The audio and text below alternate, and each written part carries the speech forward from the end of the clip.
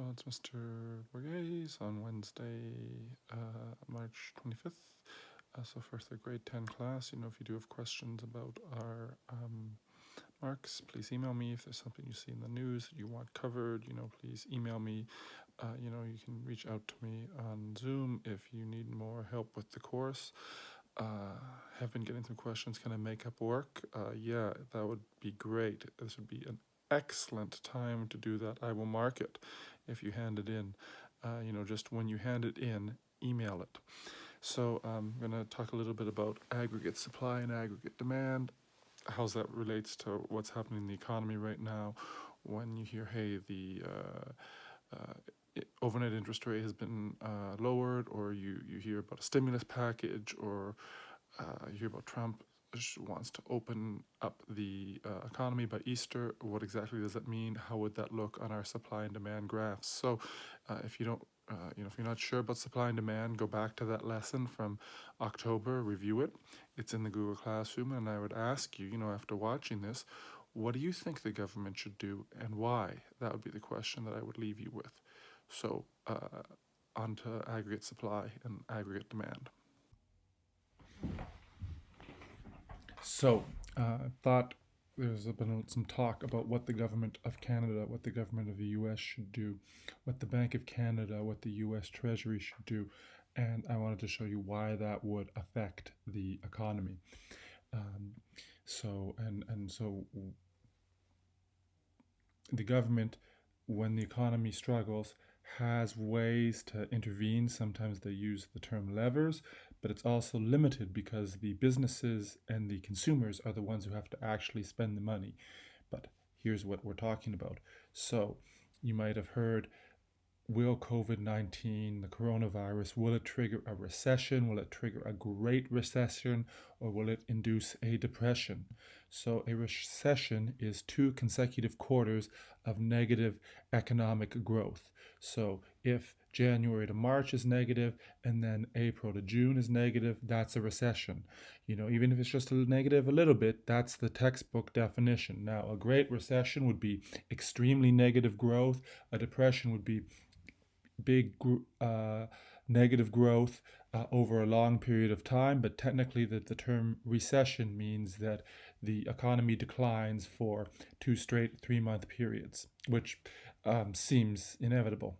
So it's been a while since the last one. Here's a chart Vox made of some recent recessions, and you can see, we've been in a pretty good economic period since December 7th to June 9th, that you might have heard that called the Great Recession, the financial meltdown. It was triggered by very, very risky behavior on the part of banks and mortgage lenders, and it affected the entire economy. But since then, the economy has been growing steadily until now. So, if you recall supply and demand, supply is the positively sloped curve. The lower the price, the less people are willing to supply a certain good. The demand is the negatively sloped curve. The higher the price, the less people want of a particular good. They'll want a substitute instead. Well, if we're looking at the economy as a whole, there's what we call aggregate supply, total supply, and aggregate demand, and it's sort of similar. Again, you see the blue curve, it's aggregate supply, and we see aggregate demand is the yellow line, and so by output we're talking about gross domestic product, real gross domestic product, and by price level we're talking about the level of inflation, sort of the consumer price index, how expensive are things from year to year. And the reason there's an extra green line that's vertical, and that's the long run aggregate supply, and it just means that it's very hard to affect a change in how much goods are made over the long term. There's factories all over the world, there's workers, there's a lot of things happening. It can happen, and we will see it happen as a result of this crisis, but it's kind of one of those things. If the price of gas suddenly lowered 10 cents a liter, it wouldn't really affect how much gas was made or oil was produced over the course of a year, right? That would kind of still be fixed. It would lower the. But anyway, so what we want to talk about is aggregate demand and aggregate supply, and this is going to this people getting laid off. Unfortunately, I have a friend who's a server; they've been laid off. Another one uh, is not laid off, but they're not working, so they're not receiving tips. They're staying at home. We're not spending any money. You're not going out. You're not take going to restaurants. You're not working. Just less money is being spent. So again, aggregate demand, a technical definition would be the amount of real output of goods and services that consumers and businesses want at any given time, that they want to buy at any given time. You know, when prices are low, people want more things. When prices are high, people want less things.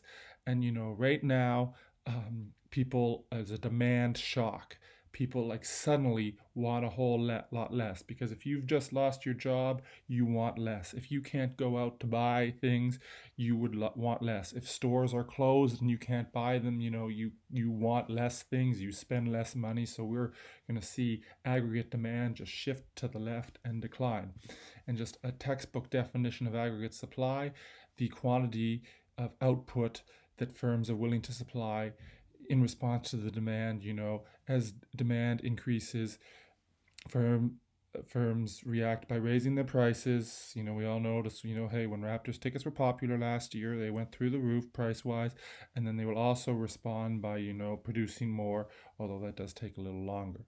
So here's how this demand shock that we're facing looks. You can see how what'll happen. So we go from AD to AD1. It shifts less. People aren't working.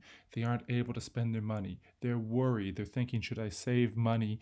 You might say, well, okay, people are subscribing to Netflix and they're going to the grocery store and stocking up. That is true, but overall, there's a big reduction in demand and a big reduction in spending.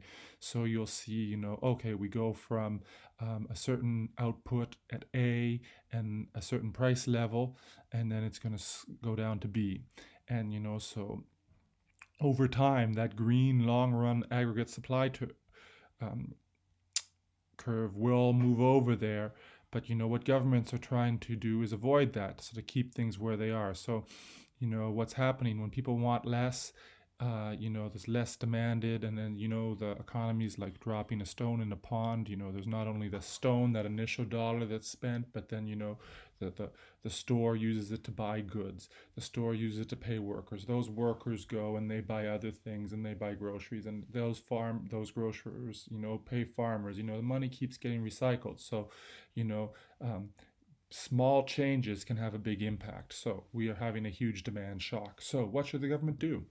Well, one thing it can do is fiscal policy. So if the government of Canada announces that it's going to spend more money, that is fiscal policy. If Justin Trudeau announces that he's going to spend more money, that is fiscal policy. When it's enacted by the government, if the government announces they will tax more or tax less, that's called fiscal policy. So, today, as the stimulus package was rumored, the TSX went up 12% because people hoped it would make a difference. Why would it make a difference? Okay, so we're measuring GDP. This is, instead of the quantity sold, we're measuring GDP. And GDP is measured using this formula. I've put the index in the bottom right. So GDP, also known as Y, also known as output, is on the left-hand side. And then the right-hand side is the elements that make up GDP. Consumption, that's the spending individuals do. Investment, that's, the investing banks and businesses do into the economy. When a bank invests, or someone, on Dragon's Desk invests into a small business, that is investment. G is government spending. When the government builds a hospital, when the government builds the Eglinton Crosstown, that is government spending. And the X minus M is net exports, meaning what we sell to the rest of the world, which is X, exports. That means we sell goods, money comes into Canada. minus M, which is when money leaves Canada in order to get goods, for example, our phones, are imported. So what the government is doing with their stimulus package is they're boosting G. So if C and I are low because of the demand shock, the government will compensate by boosting G up to a higher level. So hopefully output stays the way it is. Um, Now, what's another thing the government can do? Well, with these social distancing, these lockdowns, that's something that they can address. And, Trump, is saying, let's get the things reopened by Easter. I've seen some doctors that say, that's not recommended. I don't know whether that'll happen or not, whether they'll reopen things and people will get sick again. But, the idea is, if we reopen it, then people are out, they're spending, so C goes up. Their, businesses are open so that you can invest in them. They won't be closing, so hopefully if they, eliminate social distancing, Trump is hoping C in this formula, just, informally, that C, consumption, and I, investment, will go up. And, so that's, another thing that they can do, and then you hear some people, well, are we trading off a life for a dollar? Like, can we put a price on the life? These ethical quandaries, I have no idea about the science of COVID-19, but what will actually happen. My feeling is, in Canada, we'll keep things closed longer than they will in the United States because we tend to take sometimes the safe route, but that's something the government can do. These social distancing policies are an act of government policy. So do you think it should be removed or not? Why? That'd be something to ask. Okay, so you might also hear about interest rates and the Bank of Canada, which is the national bank for Canada. Banks, when they don't actually have the money in the vault at the local branch, they have to get it from the Bank of Canada.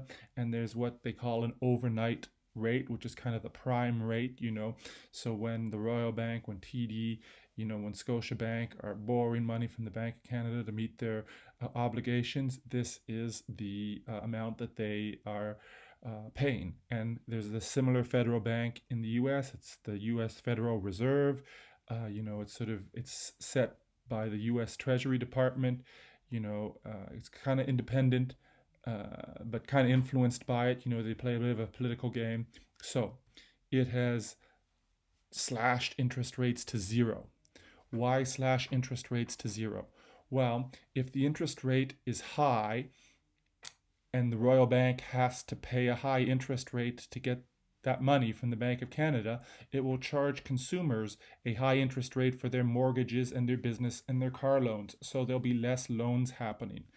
If the rates are lower, that encourages the banks to sort of loosen it up, give out more mortgages, give out more loans. If someone's saying, hey, I got laid off, I need a loan to get me through this time, hopefully the bank is accommodating.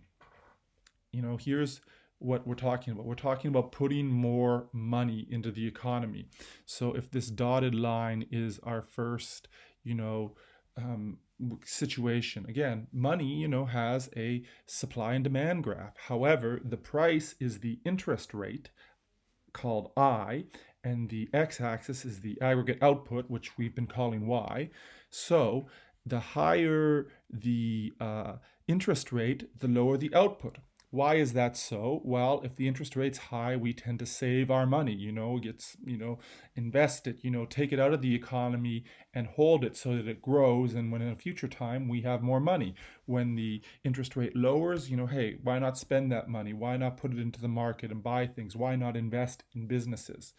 And so the idea is, if we slash that interest rate, then the supply of money, it goes from the dotted line to the solid blue line, and now we're at E2, with a higher aggregate output and a lower interest rate. So hopefully that just encourages, more consumption and investment.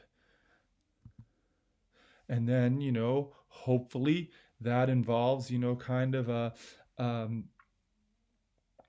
an increase in overall output. I showed you a decrease at the beginning, so hopefully one of these changes, the combination of these changes, gets things from A to B. Now, there's some complications. If people are absolutely terrified about what's coming next, they might not spend the money, even though the interest rates are low and the government's giving them a stimulus package. They might hold on to it. Likewise, the banks might not put that money back into the economy. We're hearing like about giving people mortgage breaks, giving people breaks on their student loans, and then you hear 2 days later that actually the paperwork and the red tape is fairly significant, and people aren't necessarily getting that money. So you can do this policy, but it doesn't actually guarantee that people will spend it. And when everything's going all crazy, that also can be an issue.